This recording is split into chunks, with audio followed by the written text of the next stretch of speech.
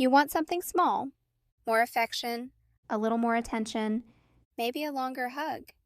maybe a conversation that doesn't turn into logistics. So you think about bringing it up, and then your brain immediately goes, ugh, I don't want to sound needy or dramatic. Or like you're complaining again. So instead, you stay quiet. You hint. You hope they'll notice. You try to act like it doesn't matter, but deep down, it does. And slowly, resentment starts building. So today we're talking about 5 steps to get your needs met in your relationship without sounding needy, dramatic, or demanding.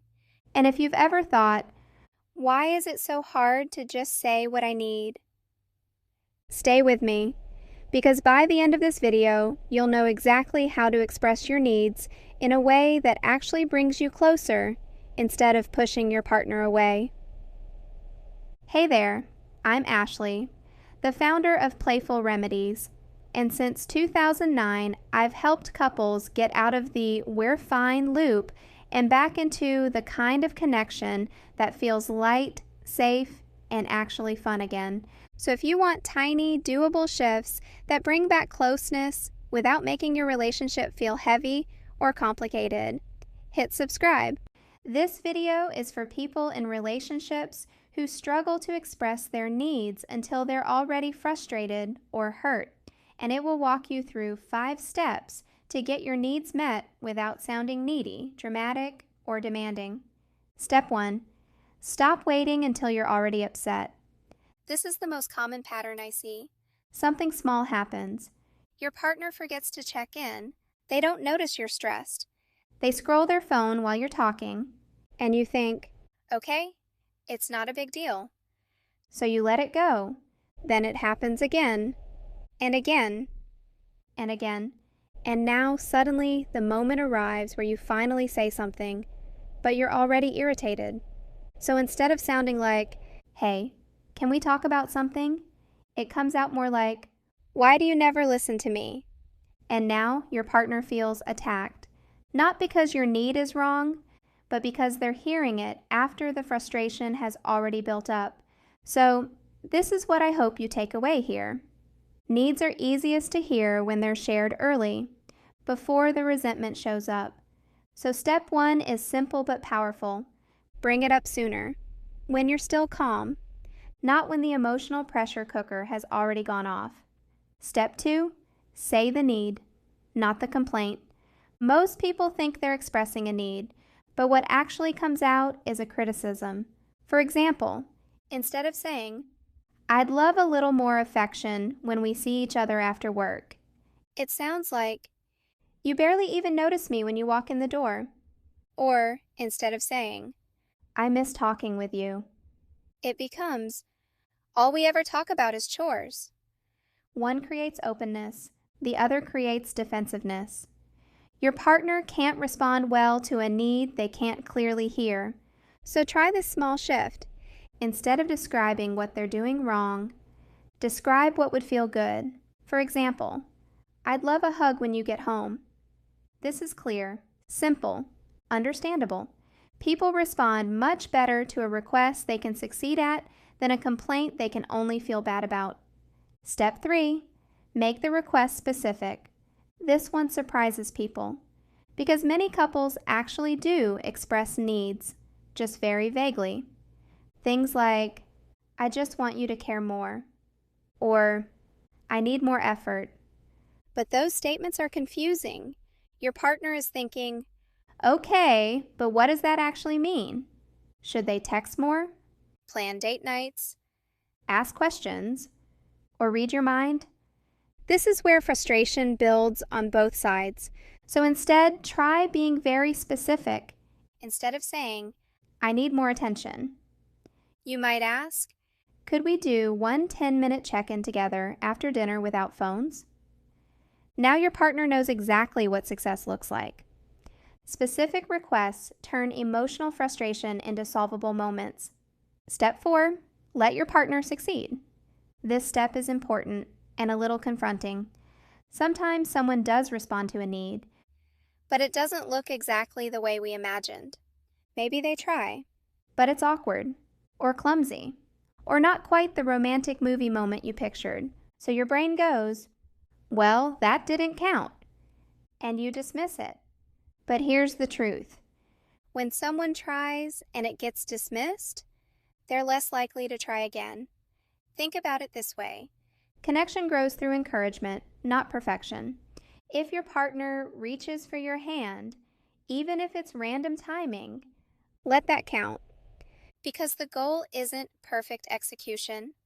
The goal is more moments of trying. Step 5. Remember that needs are not the same as demands. A lot of people silence themselves because they're afraid of sounding demanding. But here's the difference. A demand says, you must do this. And a need says, this would really mean a lot to me. See the difference? One controls, the other invites. Healthy relationships allow space for needs.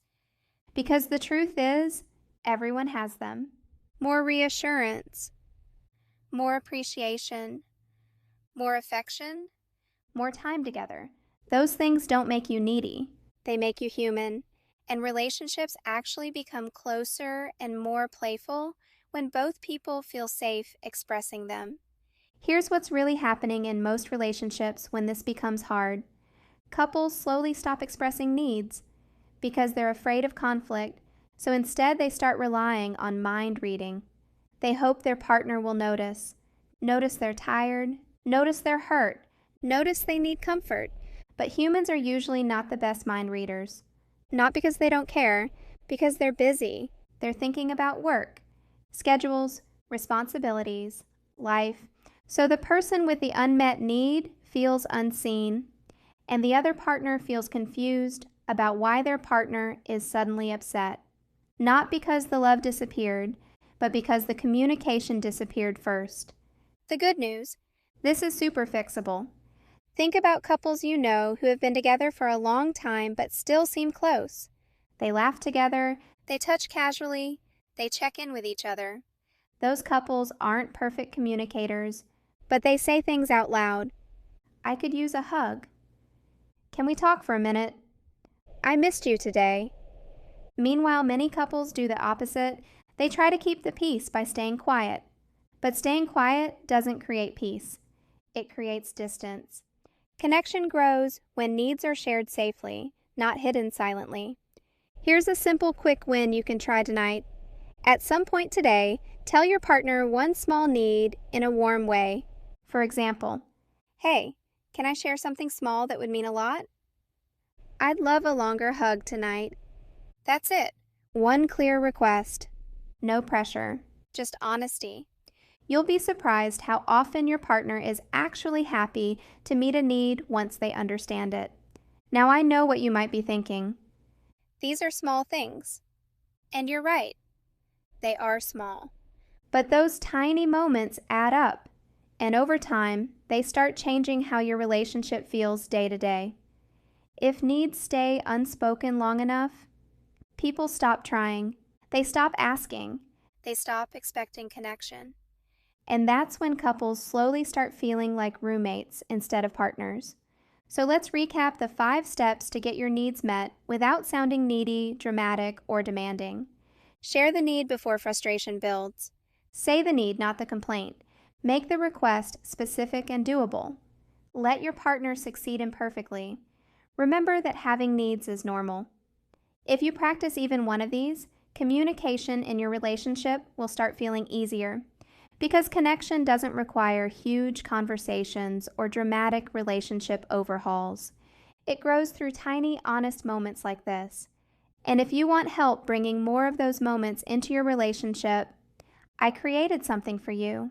You can sign up for Daily Love Sparks, a free inbox treat with 30 playful ways to reconnect with your partner without pressure, awkwardness, or heavy conversations. Just simple moments that help you feel close again. You can join at playfulremedies.com. And if this video made you think, yeah, this is definitely us, hit subscribe.